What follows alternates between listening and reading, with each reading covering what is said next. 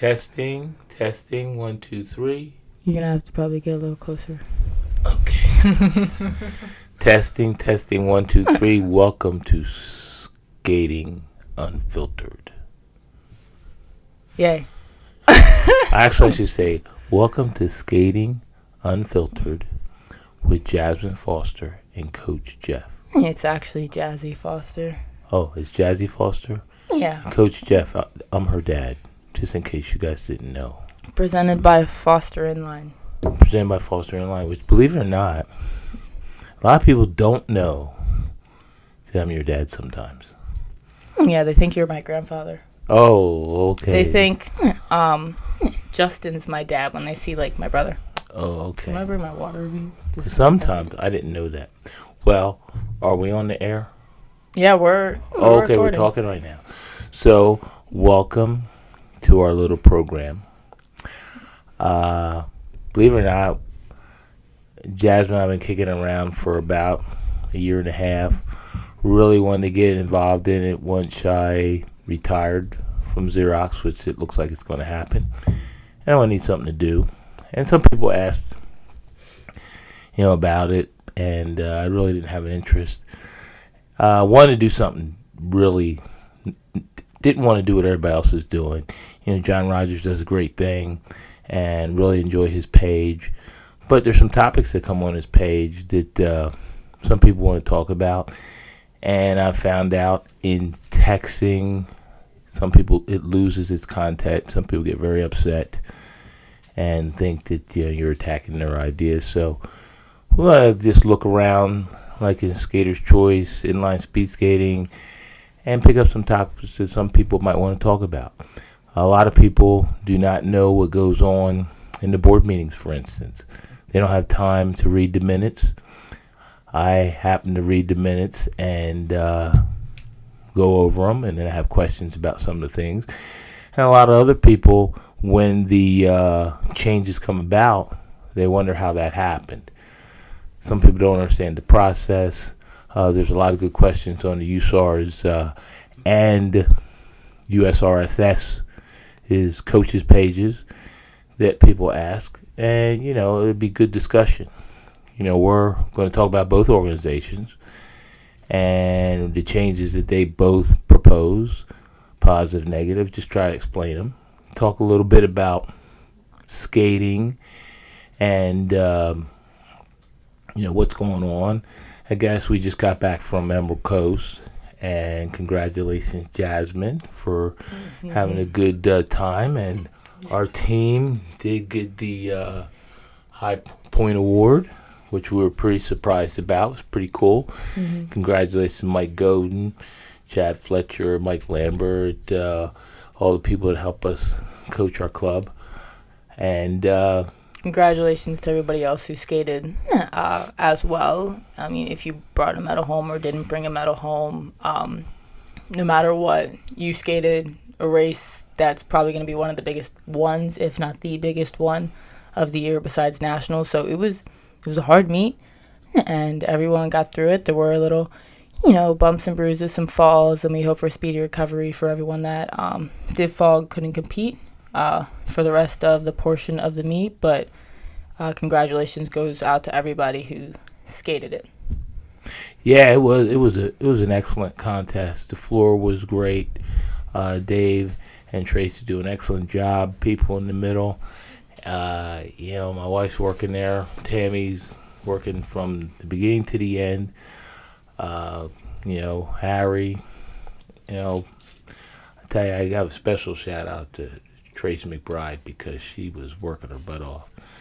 The referees, Al Tinsley's crew, it was a really good time. And we did not bring that cold weather down there. Mm-hmm. Okay. But as soon as we left, the next day it went up to 75, which is kind of messed up. That doesn't help your case saying that we didn't bring it down. No, but, it's just, what are you going to do? I mean, we went down there and it was cold. It wasn't that cold. Being in spandex and tights, it was cold. Oh, come on. You would skate, you sweat, you'd be warmed up, and then as soon as the race is over, it's okay, It's chilly. We got to get back into our 3-4 layers of clothing that we have. Yeah, there's a lot of people, but I tell you, it was good. I guess we got to touch on Mr. Puckett a little bit. All I'm going to say is I thought that was all a lot to do about nothing. It was racing. I don't think there was any malice or intent. I don't think so either. I mean, I've known Puckett probably as long as he's been back in the sport, probably. And, you know, some of the comments saying, oh, he did it on purpose. Puckett's only thing, I think, on put here just to help people. I see his posts all the time. He messaged me just asking if I'm having a good day. Just out of the blue. Yeah, and Bentley is, you know, he's a stand-up guy, too. I mean, these guys are racing. You know, it was just a bad pass, in my opinion. Everything else, I mean, I slowed the down. There are a couple other guys there, senior men. You know, Gabe got it tore up pretty bad too in them races. I don't see anybody saying anything about that. I mean, he was. It's just like every race. And the last time, he fell right in front of me, and but you know that's racing. You know, me and Dave. You know that video out there. That, you know what? I'm gonna put insert here. We're gonna do Bentley versus Puckett, or Root versus Puckett, and then you versus David Weber in that. You know, it's funny. I was talking to Tracy about that. I said, you know, your dad really tore me up. And she goes, well, to be honest with you, Jeff, I say it went a little bit both ways, right? So, of course, now the whole thing is that, no, I knocked him down, and he didn't knock me down at all. But it was fun. It was, you know, it was racing. But, okay, enough about that. So, this is our first stab at this. And we're kind of let, you know, after this airs in the comment section, what you want to actually hear us talk about. You know, we can come on here with some comments, and there'll probably be some things of the day or something, but we'll probably take most of our subject matter from the different pages out there. People ask questions. I think there was a question that Aiden asked just probably today. Yeah, it was today. He asked, his question was, when skating indoors, should left kicks down the straightaway be legal? Of course. I know everybody that races against me is going to say, sure, you would say that. I was looking into it. I commented on it. It really depends. It's hard to say what's going to be legal and what's not legal. Because, you know, little kids, they do all things on straightaway. What's the difference between just doing a left kick and doing a straightaway step? Yeah, you know, and also that's where the late pass kind of comes in, because a lot of people that back in the day in quadrant did that right, left, or left, right. As soon as you were done and your shoulder was over to the right, then the person behind you threw the late pass because you were pretty much defenseless against it. It was a very good question, and hopefully some people will give us their opinion. Personally, you know, I think that's racing. And I think to be the total racer, you have to anticipate that. And I'm sure there are coaches out there that have different opinions on it. And, of course, we would welcome that. But I thought it was an excellent question. And that's kind of what, you know, we're going to try to do. We're going to try to take, you know, that kind of stuff and just see, you know, what people think about it. Also, like I said, try to talk about current events in both organizations, rule changes, if we agree with them, not agree with them. Try to go over the whole process of how a rule gets changed, or how a rule should get changed, I should say. And so people know more about how their sport works. Might touch on some financials. You know, I'm big on financials, looking at where some of this money goes, and we're not going to be looking at anybody's salary or anything like that, because that's nobody's business, but how we are investing in the sport for the future. A lot of people don't understand, like, you know, why isn't Worlds funded, and where that money goes, because the organization actually does fund a lot of things. I believe there's a clinic in March that Gypsy's doing. I have to look up the dates. And I'm pretty sure that there's some funding probably going to that, because we do get funding for educational purposes. Of course, the last couple of years really couldn't do that because of COVID. But there is funding for educational purposes. And I think a lot of people don't know that. And I think if they knew exactly what does go on, and that might be a little bit more helpful. Hopefully that both organizations will be pretty transparent going forward, so we know, what's going on. There's nothing, no big secret out there. We just skate. Well, the dates of American Championships are set too, right? Yes. Okay, so the clinic is a track and road camp at Brian Piccolo Park in Florida, and it's March 17th to the 20th. And we might. Only questions I have about that is some people have limited resources. I think we would maybe go down there. But how are we going to choose the team this year? Are we going to use a bank track, or we can use the flat track like we did in Georgia, which I have no problem going back to again. I like a bank track. You like the bank track? Well, I think a lot of people like the bank track. But did they repair the bank track down there in Brian Piccolo? Because I know that was one of the reasons that I thought that was one of the reasons why they couldn't go, because I think there was more than just that. I don't know if it's also because, the pricing, and there was also you need a road portion, too. I think the road portion might have been worse. Yeah, we haven't been down there since they had, I think it was called America's Cup. 2010, 2011. Yeah, it's been a long time since we've been there, so I don't know what kind of shape it's in. And maybe some people down that way, Johanna and those guys and Sammy, can let us know how it is. But, that's the thing. If you want to go down and skate, it's good, but if your time is limited and you plan on going to outdoor nationals and you plan on making the world team, you might need those days.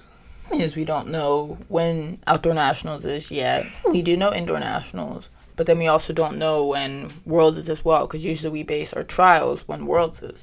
Yeah, now the rumor when we were down there was supposed to be the end of October, but that could change, That could change, all the time. So you got to be pretty flexible.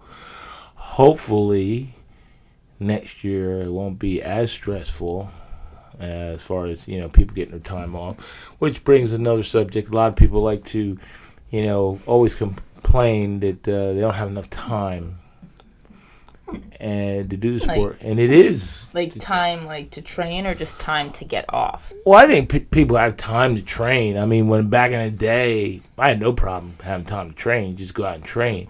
It was always you had to prioritize what meets you wanted to go to, based on your vacation time. It's not that you didn't want to go to this meet or go to that meet. It's just that, when nationals is 7 days and outdoor nationals is 9 days, and then all those invitationals in between, some people only have so much time. I mean, the average person has about, I think, 12 to 13 days off a year. So, I think that we do have to look at the demographics of what we attract and who we attract in their income stream, so we can build the sport so it accommodates them. I mean, I think this is the greatest sport in the world. That's why I do it. However, if you can't afford to do it and don't have the time to do it, doesn't really matter how great it is. So those are some topics that we might touch on and see what. It's one topic probably. People I've been asked before is, how do we handle the coaching skater relationship and father-daughter, just father or parent-child relationship? Wow, that could be a whole show. Why don't we do a short snippet and then we can go further into the next one? Well, for me, it's just gonna be easy. For me, I think the hard part is when am I the coach? When am I the dad? And when am I the husband? And I think that's where it gets mixed up, because before you started skating and I coached Tammy, at some point, people would hear me talk to her and go, oh my goodness, that was the coach talking to her, because she wanted to win. So, you don't have time to be kind of on whatever. And so then sometimes now you're talking, okay, now I'm her husband, we're talking about this, talking about after it's over. Same with you sometimes, like I'll sit there, something doesn't go right, you're all upset, and then I gotta sit there, and sometimes I'm like, I don't want to hear it. Mm-hmm. Listen, it's over, let's move on, and then we're back at the hotel room, we'll talk about it, or maybe on the way home, we'll talk about it, or like when you say, well, what are we doing in practice today? That's what you always ask me every time. And I like to schedule. And I keep telling you, I don't know, because it depends on who shows up. I think it's because I've gotten so structured what I'm doing with my strength trainer that I know what I'm doing each day. Like, okay, it's going to be like different weights, but I know what exercises we're going to be doing. I know it's going to be like harder each time I go, but it's like I know exactly, and I think I got used to that. Well, and then you get mad at me because I change my mind all the time. Like, I'll sit there and say, okay, we're going to kind of take it easy today. Like the last week when it was really warm outside and the floor was like pretty good. Yeah. So I said, okay, we're going to run on. You're like, you said we're taking it easy today, but the floor, our floor when it's cold out, it's so slippery. So when it's really nice out, you got to take advantage of it. So you got to change it up. So, of course, then the next day it was freezing. So then we just went back to circles and doing all that kind of stuff. And that does, but it's hard. It's coaching you all those years when things weren't, that good. That was hard to watch because I know you tried really, really hard. And some of those times you were in place of positions, bad pass, got knocked down. That one Nationals was not good. And then you're like, you could have placed, if everything went the other way, you'd have placed in 4 races. Instead, you placed in 0 races. And that was tough. That's tough as that. See, that's the other thing. I got taken out too, and there was no issue. Yeah, but this. I do think people don't give us enough credit for this generation because a lot of people keep saying, well, back in my day, if you would have taken me out, I would have punched you. Well, we're not back in the day anymore either. Yeah, I think that, you just have to, it happens, you got to move past it, and you got to just, that's a tendency. That particular person, you guys always were battling because you was always at the same speed, so you were always banging all the time. Wait, what were we talking about? When you got, I don't want to mention names. Oh, but I mean, that person. I know, there's you a lot going back you were about the same speed, so you guys were always in it at the end of the race. When I tell you what, there's a guy that I used to race, Bobby Kaiser. In the 500 meter, one of us always fell down when we raced each other, because we were in that particular race. We were the same speed. I remember one year at Nationals, we both fell at the line. And every single time, and if you were not, it would look like we were like trying to take each other out, but we weren't. We were exactly the same speed. Mm-hmm. Now Bobby, at other speeds would kill me because he was just distances. Other distance, he was just much better, and maybe at the short ones, maybe I could probably get him. But for some reason, the 500 meter indoors, I don't care if we're in North Carolina, Fayetteville, we were always kicking skates, always clicking skates. Falling down. I mean, it'd be a miracle if we could finish the race without. And I think that's like me and Dave were for a while. And the video that everybody talks about, but there's a couple times in Nationals where me and Dave totally were wrecking each other. I think, I don't know where it was. And me and Kurt were like that too. I'm just going to point out when Dave took my dad out, I was so mad as a kid. Oh yeah, you hated Dave. I don't remember it, but apparently I was so mad that I was crying and everything else. But I was probably the only one that reacted to that fall out of everybody else. Everybody else was just laughing. I was the only one that and I had to sit there and say, "Look, it's okay. We do this all the time." I didn't know. Now I do, and it's just like. So, but I think that coaching for me is you have to have a different approach for every different person. As a skater, it's hard too, being the skater, because if you don't separate that, then as a skater, as myself, I'm not necessarily sure how to react in ways or what I'm supposed to do. Well, sometimes, eventually, if you, keep doing this and you make the trip out to Utah, you're going to get a whole new set of different coaches, and you're going to have to learn how to adapt to how they do. Just like when you go to Worlds, they those are different coaches. They have different approaches, and you may or may not agree with them. My thing is, if I was in that position, I'd try to get to know the person, not so much, because you're not going to change too much about them, their skating style. You can make some subtle changes, but as far as actually, I don't think you can. I think you just have to learn what their tendencies are, what their, how to push their buttons in a positive way. Because the last thing you want to do is go off on somebody and they start crying. I had skaters that, I'll give you two examples, Keith and Kevin Carroll. Kevin was the person you had to really, he was a beast. When we work out, he'd make fun of his little brother, his big older brother. Wait, Kevin or Keith? No, Kevin was a beast. He was much bigger than Keith. Yeah. And when we go do any kind of workouts, Kevin make fun of him because Kevin could bench 200 and some pounds, and Keith was smaller. Keith would be lit and he'd be laughing at him. But you had to approach him differently.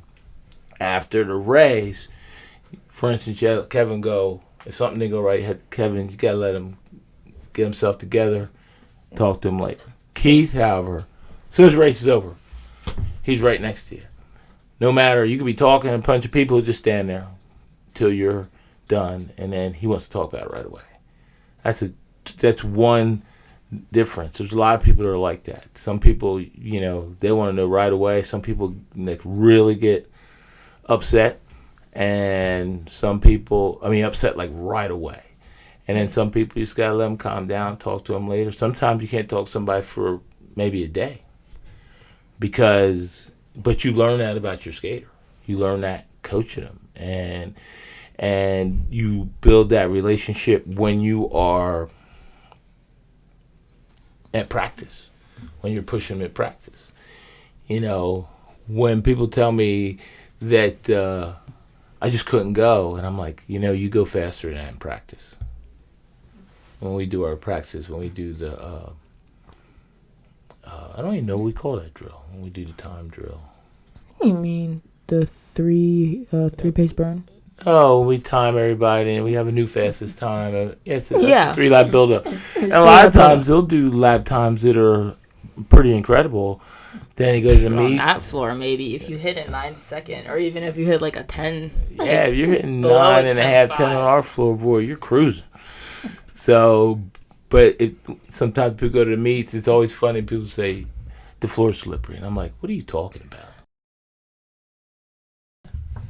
We were talking about... What were we talking about? It's in here, and I just don't remember. We were talking about floors. Oh, and I said the one floor that everybody that I think would be better is not as good as our floor is in the national floor, but that's, I think one of the things is people had to not skate their normal way, which is hard to do when you skate the same way. Well, you got to remember, everybody bought brand new wheels. Everybody expected, everybody's going to crank. Everybody's going to be stepping in the corner and all that, except for me. I wouldn't be stepping in the corner. Well, what are you going to do?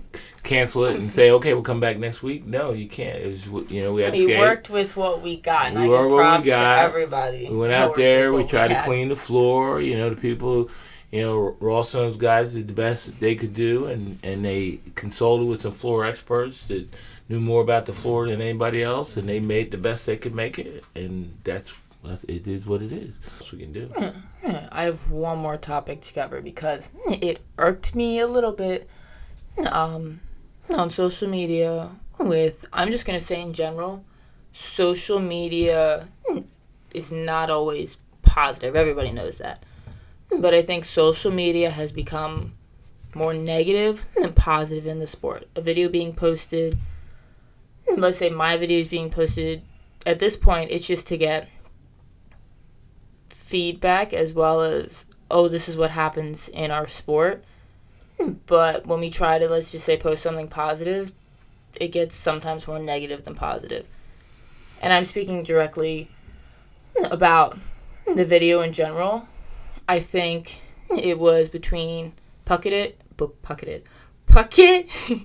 Jeffrey Puckett, and Bentley Root and they figured things out, and I get the what ifs, but after the couple comments down reading, it got personal and negative, and there was no place really that it should be in our sport.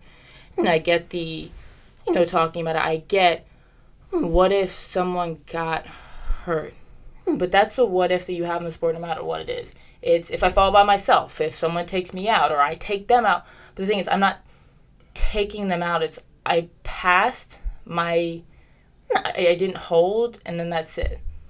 Well, I think that, the conversation got off topic. It wasn't even about the past anymore. It just was a bunch of people, going back and forth. I mean, we teach if you're in fourth place and there's 3 to qualify, what do? You throw the pass. No matter what, even you throw the pass. You fall. And if you make it, you make it. If you don't make it, you don't make it. So I think that, to me, it got really off topic. It just got really off topic. It's crazy. I think fishing got involved at one point. We're like, fishing, how does that relate to skating? Yeah, I don't know, but like I said, we were taught. I teach. You're in fourth place, 3 to qualify. You got to throw that pass.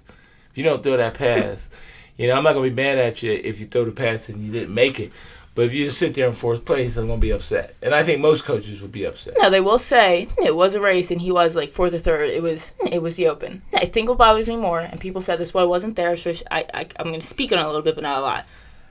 The other thing is, if you actually speak to the people, after the race, you and I were both there. You're in the video. You're walking. Oh, yeah, I was walking to see if they were all, just walking over to see if they were okay. I'm going to show the video. I slowed everything down. Bentley's bigger than Puckett. Yeah, like I said, when I first saw it, I had one opinion. But then when you slowed it down, I watched it 25, 30, 40 times. Yeah, you watched it a lot. He's sliding. He's still sliding. His legs actually go on top of him. The other thing is, one of my concerns is Puckett fell earlier, and his arm was out of socket. I think it went out of socket again. And so he couldn't use the one arm to get up. Yeah, because he has a tendency that, I think it's his... We tell him he's got to tape it or wear a brace for this meeting. What is it, dislocated shoulder? Yeah, he dislocates, it pops out of socket or whatever it is. But like I said, there are a lot of people, that the racing was so good. I mean, some of those seniors races, one guy went all up into the crowd at the other end of the floor. Goodness, at the other end. I mean, it was... Racing is racing, and everyone's going to have their own opinion. And, I'm not going to say anyone's wrong. That's my opinion. It's his opinion. I'm not going to go personal stuff and say, well, you're stupid or this and that. I was like, everybody has their own opinions. I'm not going to call names at anybody because it's their own opinion on things. But I'm also not going to get personal and bring up things from 15, 20 years ago, probably before my time. Well, it wasn't that long ago because there was one picture posted. I think that, we... More positive stuff on Facebook. I move on from that, and I think that's my last rant on it. Yeah, we'll move on from that. Like I said, I think that we just want to be informative. We want to talk about rule changes and policy changes in both organizations. Whether you skate both of them, hate one, hate the other, that is totally up to you. More people buy tickets when there's at least a little bit of drama. Well, you know what they say. You don't watch a NASCAR race and watch everybody just go around in circles. We all know that. Everybody likes to see the wrecks. Nobody wants anybody to get hurt. But and I think that's why the sport has a great emphasis on safety. Bless you.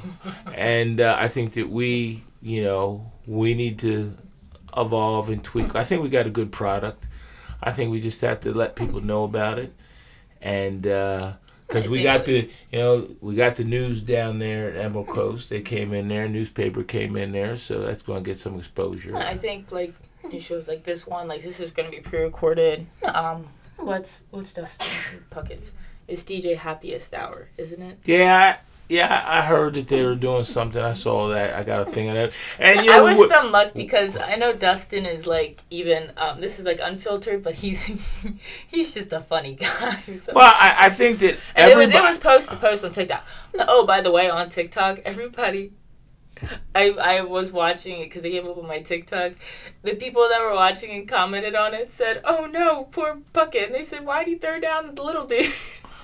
Well, like I said, I think that everybody that's participating in this is going to have a specific audience. Yeah. And hopefully everybody's successful, and it brings more awareness to the sport on different levels. We hopefully will go in a different direction than everybody else, because there's no point in doing the same thing that somebody else does. But we can have an opinion, and then we just move on, and then I think the other thing is like you have stories that go back 20, 30, I'm showing your age, 40 years from now, or 40 years ago. Now. I'm only 30 now. Oh my goodness, get over yourself.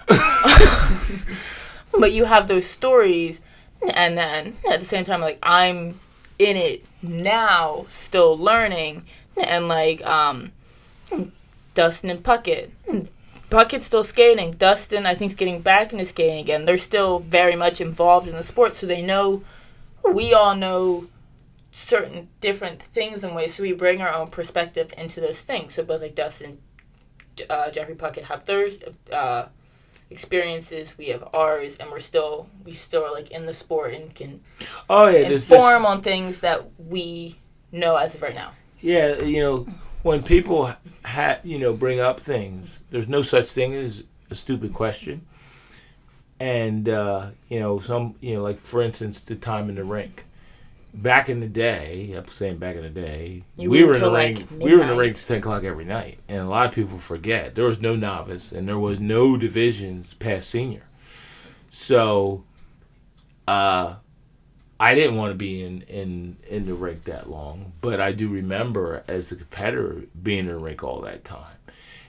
But the positives is when you were in the rink all that time, you couldn't bring any outside food whatsoever, and the rinks back then just sold hot dogs, cheese dogs, French fries. At least now, the rinks that are trying to accommodate the athletes they have fruit and food that you can actually eat. Red velvet cookies. And they've brought an outside catering, so you didn't have to go anywhere. Those are I think the positive things that a lot of people forget about. Mm-hmm. Okay, you can concentrate. This wasn't right, this right, but there's a lot of things that I can tell you that people are putting on meets now, or some people are really trying to be customer oriented, and when we got involved, with the meet, Dave just said, "What do you think?" And we're just trying to tweak it a little bit every year to make it a little bit better. We don't make anything drastic changes. And we would do this with anybody, putting on a meet. When we helped Orlando, that was a huge undertaking. And so I think that everybody wants it to be successful. Yeah. It's just that sometimes you got to let people do what they're good at. Well, we're going to edit this. Well, no, there's no we.